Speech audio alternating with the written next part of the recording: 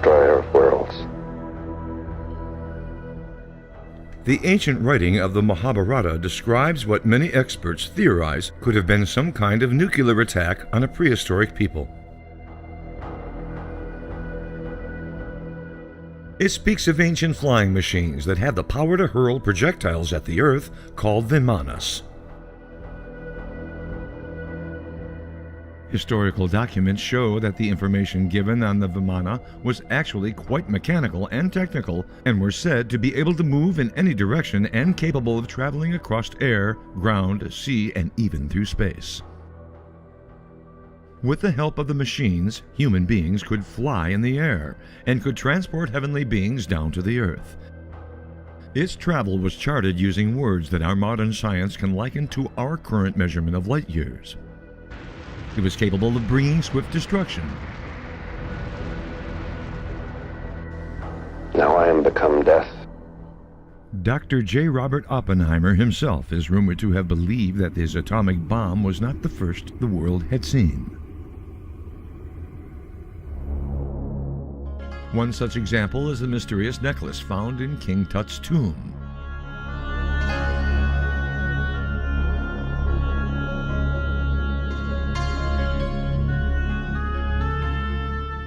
It was glass, and not just any glass, but glass derived from an enigmatic source. After much testing, astrochemists said that the material had been created at temperatures so high that it could only have been formed by a meteor colliding with Earth, except there was virtually no evidence of any meteors or asteroid impacts. When the first atomic bomb was tested in 1945 in New Mexico, it left a thin layer of similar glass across the desert sand. However, the area of glass in the Egyptian desert is vastly bigger. Whatever happened in Egypt must have been more powerful than an atomic bomb.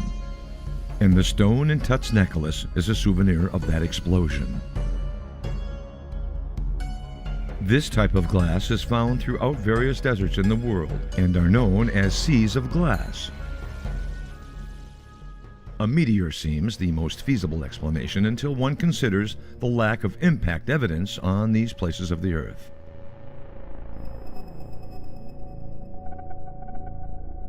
But even more fascinating, the Moon has at least one sea of glass on it as well. The Moon is covered in scars and craters, indicative of explosions either at or near its surface, creating what appeared to be mountain ranges similar to Earth's, which also show that the Moon has undergone trauma, probably near the same time that Earth saw hers. In Rajasthan, India, a new living community was built over a 3-square-mile area. Once people started moving in, however, they started getting suspiciously ill.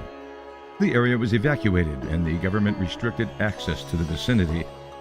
It was discovered that there were inexplicably high radiation levels in a circular shape over the ground with no point of impact.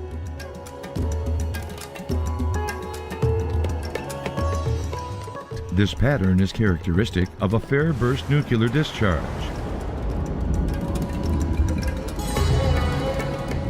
What they found at nearby Harappa and Mohenjo-daro really blew their minds.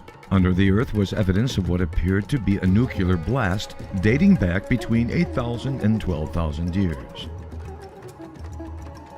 Archaeologist Francis Taylor said, "It's so mind-boggling to imagine that some civilization had nuclear technology before we did. The radioactive ash adds credibility to the ancient Indian records that describe atomic warfare." The evidence for such activity is located worldwide in the KT boundary layer of ash and clay that covers the Earth on each and every continent and deep beneath the surface. And within this ash and clay are a preponderance of tektites, shocked quartz, and or glassy globules of fused sand or dirt, the kind of which are produced by the intense heat of either a meteor strike or a nuclear detonation. And many of them are slightly radioactive still. This layer also contains a large amount of the extremely rare and prohibitive iridium. So how did the Earth get a substantial layer of it, worldwide, that far beneath the surface? There are two possible answers to this question. The first is ventured by Frederick Soddy, a former professor of chemistry, physicist, author and expert in radioactive elements, matter, and energy. On this matter, he stated, "I believe that there have been civilizations in the past that were familiar with atomic energy, and by misusing it, they were totally destroyed." Beyond this, the mysteries surrounding this topic go much further than the Earth.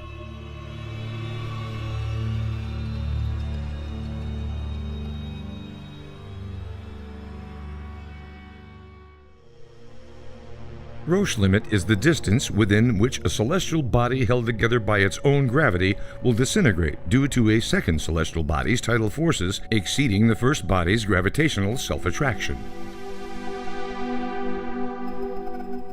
Bode's law is a hypothesis that states that the bodies in some orbital systems, including the Sun's, orbit at semi-major axis in a function of planetary sequence. The formula suggests that extending outward, each planet would be approximately twice as far from the Sun as the previous planet. The equation applies to our own solar system nearly perfectly and helped locate Uranus and the planetoid series. However, there is one place in this planetary system where the equation should work, but it doesn't. According to Bode, there should be a planet between Mars and Jupiter.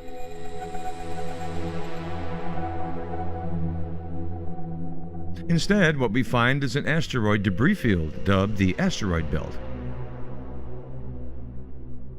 Proof of a destroyed planet is everywhere throughout our solar system, from the scouring of the surfaces of celestial bodies to the rings on planets. It is manifest in the fact that astral bodies showing signs of ancient vegetation and civilization are now deserted and incapable of habitation. Further evidence in our solar system can be found with comets, as C.K. Quaterman illustrates. Comets provide the most convincing argument in favor of a destroyed planet. Comets cannot date back to the beginning of the solar system because they consist of evolved matter, such as water, which cannot form in the void of space. Water can only form on the surface of a planet with an atmosphere. We live in a solar system that should have 10 planets. The asteroid belt mentioned before is all that is left of this destroyed world. Could it be that both comets and meteors within our solar system originated from the same place? Could it be that the asteroids and dust that remain in the asteroid belt are the leftovers of a violent collision that pulverized a shiny iridium-based planet? The answer to how the Earth got a substantial worldwide layer of iridium beneath its surface might be found in the Bible. However, first we must look at what the heavy bombardment period was and what were the results. According to the BBC, the late heavy bombardment is an event thought to have occurred approximately 4.1 to 3.8 billion years ago, at a time corresponding to the Neo-Hadean and Eoarchean eras on Earth. During this interval, a disproportionate number of asteroids are theorized to have collided with the early terrestrial planets in the inner solar system, including Mercury, Venus, Earth, and Mars. The LHB happened after the Earth and other rocky planets had formed and accreted most of their mass, but still quite early in Earth's history. Evidence for the LHB derives from lunar samples brought back by the Apollo astronauts. There is ample evidence to suggest it was this cosmic rock storm that deposited iridium throughout the planet. Therefore, for the sake of discussion, let's assume that it was these multiple asteroid impacts, all at the same time, that deposited the iridium in the KT layer. If we do, then it appears likely that the source of those impacts can be tied directly to something called Rahab, as read in Job 26:11 and 12. The pillars of heaven tremble and are astonished at his reproof. He divideth the sea with his power, and by his understanding he smiteth through the proud. God absolutely shattered it, as Psalm 89:10 says. Thou hast broken Rahab in pieces, as one that is slain. Thou hast scattered thine enemies with thy strong arm. Rahab is not simple pride as translated in the King James translation of Job 26:11, but appears to have been a place from where God scattered his enemies. Rahab comes into focus with Isaiah 51:9. Awake, awake, put on strength. O arm of the Lord, awake, as in the ancient days, in the generations of old. Art thou not it that hath cut Rahab, and wounded the dragon? The book of Isaiah was written somewhere between 760 and 700 BC. The verse is referring to as in ancient days and generations of old. The word ancient days is from the Hebrew, kedem, and literally means earliest times. Generations of old is our word olam, again, which can mean antiquity, but can also mean ages or eternity. Consider that the oldest patriarch of Israel, Abraham, lived during the Isin Babylonian dynasty. Are we to believe that Isaiah is referring to 1,000 years in the past as being ancient days or ages, or is he speaking of a time even before Abraham? Adam would have been created nearly 3,000 years before Isaiah was born, so the prophet could have been referring to this time frame. However, there is no account in Scripture during either Abraham or Adam's time of a Rahab being cut. Therefore, one can only assume that Isaiah is referring to another time. Since Adam was the beginning of mankind, it must have been a time before that. And third, the verse says that God wounded the dragon. There is another important descriptor for the dragon in Revelation 12:9. It is none other than Satan himself. And the great dragon was cast out, that old serpent called the devil and Satan, which deceiveth the whole world. He was cast out into the earth, and his angels were cast out with him. It appears that this verse is speaking about an ancient time, even before Adam and Eve, a pre-Adamic era, when God wounded Satan and scattered those that were with him. If so, where was this place called Rahab that was cut or shattered, or, as one version translates, Job 26:11, pulverized by God's rebuke? This judgment of the dragon would reach earth because God purposed it as a witness to others. This is the message of Ezekiel 28:18. Thou hast defiled thy sanctuaries by the multitude of thine iniquities, by the iniquity of thy traffic. Therefore will I bring forth a fire from the midst of thee. It shall devour thee, and I will bring thee to ashes upon the earth in the sight of all them that behold thee. What were the ashes that rained down on the earth for all to see? Perhaps they were the fragments of a planet that no longer exists. If so, then we can surmise that the place God destroyed because of the rebellious dragon and his followers was none other than the original fifth planet from the sun, Rahab. Just as an expert chess player sacrifices a piece to protect the queen, the solar system may have given up a giant planet and spared the earth. Rahab meant boaster or pride, and was the home of Satan and the fallen angels, and known to be the stone of fire. Remember that the Vimanas were said to bring the heavenly beings down to earth. These interplanetary vehicles surely played a large role in the fallen angels' interaction with mankind, and since Rahab was a planet probably able to sustain life, people may have been taken up to the planet as well.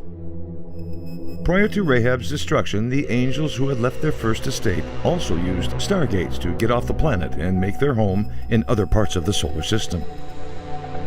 This planet's destruction was so thorough that the angelic civilization on Mars was also destroyed. The fallout spread across the solar system, including Earth, which was bombarded with asteroids in an extinction-level event. This barrage not only killed the dinosaurs, but also erased the angelic pre-Adamic civilization that existed on this planet. Such destruction wrought on Rahab and the solar system should give every 21st century human pause and cause them to ponder if this kind of terror could be revisited upon the solar system and Earth in the future.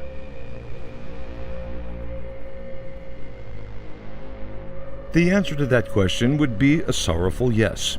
It happens at least once every 3,600 years, according to the Sumerians, and we are due.